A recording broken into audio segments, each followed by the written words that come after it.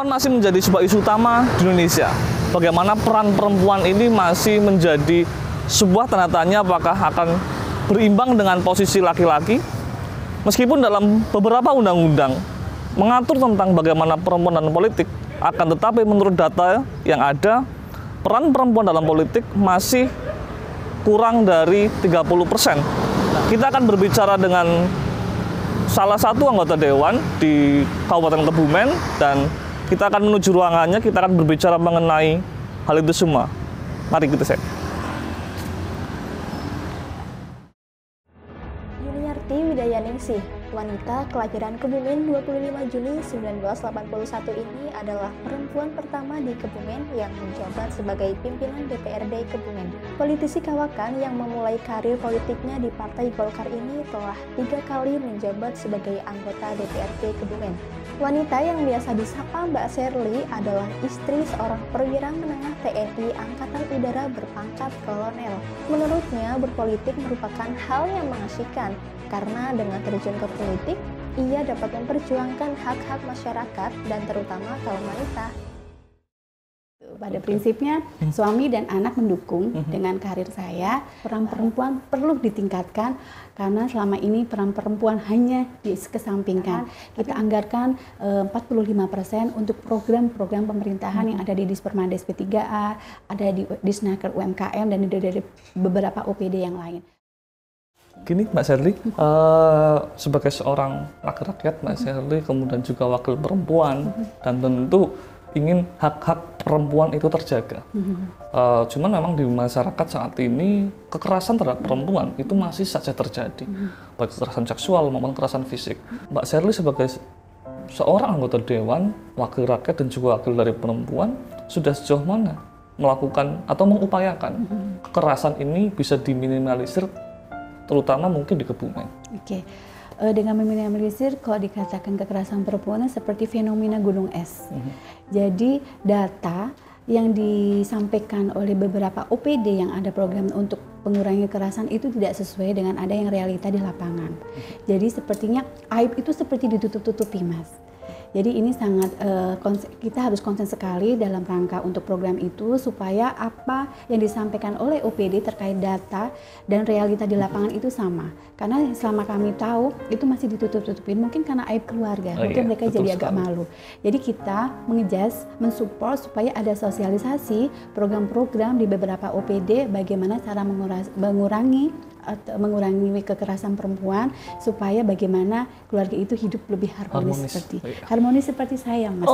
Iya. Karena meskipun saya jauh tapi kita tetap harmonis ya. Iya. Oke. Berarti kalau ketemu berapa bulan sekali Mbak dengan suami? Kalau ketemu saya sampai lupa, Mas Guntur. Oh, sampai lupa. Iya. Waduh, ini. Kenapa sampai lupa? Karena kesibukan suami kebetulan di sana berdinas, jadi dan waktu yang sangat jauh di Papua, mencapai 1 hari ke sana. Jadi kita kalau kebetulan pas suami ada kegiatan di Mabes, di Mabes TNI, baru kita bisa ketemu, disempatkan pulang ke Kebumen. Kalau enggak kita jarang ketemu, Mas Guntur. Iya. Waduh, ini suaminya mungkin nanti menonton itu dengan Pak situ. Pak Imam, hai Pak.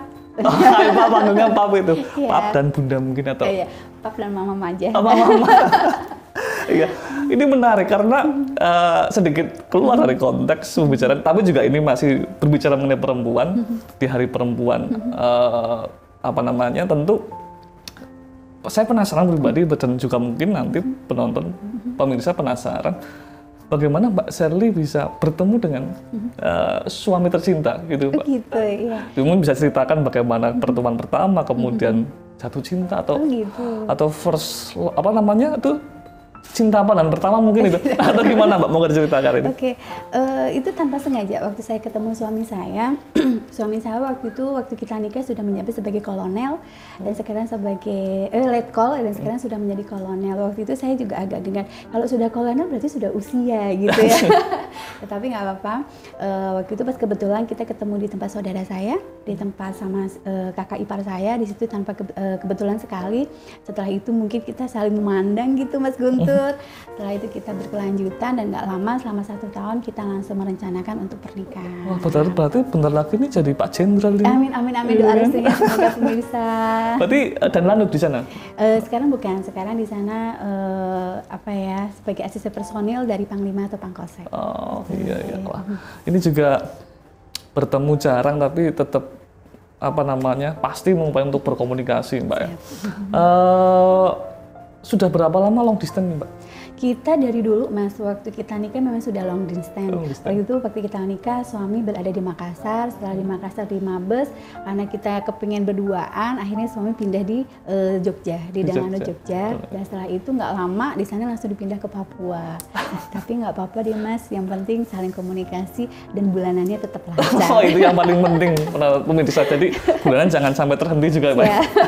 Nah gini, bagaimana mengatur waktu, Mbak, antara keluarga, kemudian kedinasan, karena kan Mbak Sherly juga tentu sibuk dengan kerja-kerja di dewan atau legislatif.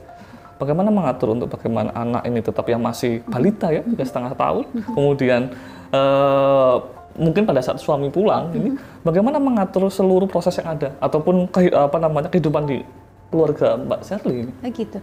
Kalau pas suami pulang memang KPI cut off, jadi memang kegiatan-kegiatan saya berhentikan dulu. Saya izin kepada ketua partai saya, manakala ada kegiatan partai, karena kalau tahu partai itu, kalau kegiatan partai itu tidak mengenal waktu. Saya izin bahwa suami pulang, mungkin dalam waktu 1 minggu kita pasti long weekend, kita menyempatkan kegiatan bersama keluarga, menikmati kebersamaan gitu. Jadi karena belum tentu kita 1 tahun sekali atau 6 bulan sekali kita belum tentu ketemu. Jadi pas ketemu kita nikmati saja. Betul itu. Ya karena bagaimanapun keluarga juga menjadi utama, Mbak ya. Bagaimana harus diutamakan meskipun fungsi ataupun tugas menjadi anggota dewan, menjadi wakil juga harus dikerjakan. Nah, kembali lagi Mbak ke topik perempuan saat ini juga meskipun katakan masih perlu ditingkatkan, memang perlu diakui dari awal mulai reformasi kemudian sampai sekarang peran perempuan itu mulai meningkat dan mulai ada posisi yang bagus. Cuman memang perlu ada hal-hal yang diupayakan bagaimana perempuan ini paling tidak sejajar dengan laki-laki. Kalau Mbak Sherly sendiri itu hak-hak perempuan dari sisi mana yang perlu ditingkatkan? Apakah mungkin dari sisi pekerjaannya, fungsinya, ataupun pendapatan itu juga harus sama? Gimana menurut Mbak Sherly? Kalau untuk supaya balance, kita lihat fungsinya. Manakala fungsinya sudah sesuai dengan taraf laki-laki, nanti dengan sendirinya dari sisi pendapatan akan mengikuti. Intinya fungsinya dulu, fungsi perempuan itu ditingkatkan, disamakan haknya, karena selama ini sepertinya perempuan itu dikesampingkan. Kami harapkan fungsi-fungsi yang ada di perpolitikan, fungsi-fungsi dalam pemerintahan itu lebih dimaksimalkan kembali. Karena lihat juga Mas Guntur, di ASN di Kabupaten Kebumen itu laki-laki dan perempuan banyak perempuannya. Kalau laki-laki hanya mencapai 8.000 sekian, kalau perempuan 10.000 sekian. Tetapi yang menjabat untuk eselon di pemerintahan itu masih diwarnai oleh laki-laki. Kami harapkan nanti ke depan perang-perang perempuan serkan di Kebumen semakin kelihatan fungsi kinerjanya dan etos kerjanya. Gitu.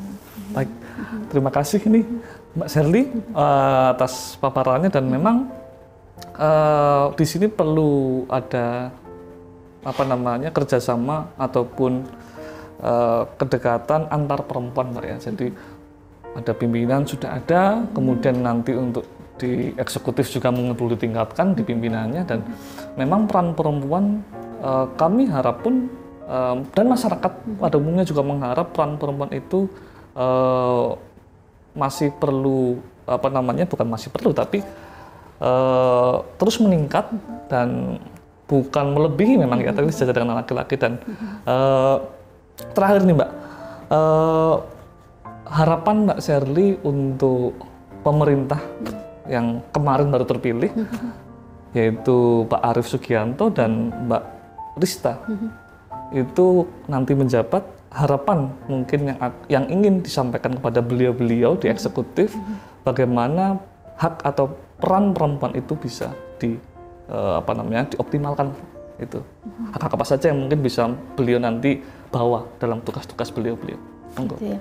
Hak nantinya Pak Arief dan Bu Rista, sebelumnya kami mengucapkan kepada Pak Arief dan Mbak Rista atas terpilih menjadi kepala daerah, mudah-mudahan amanah dan mudah-mudahan kemenangan ini adalah amanah dari masyarakat dan mudah-mudahan tidak mengecewakan masyarakat umumnya, khususnya rakyat Kabupaten Kebumen.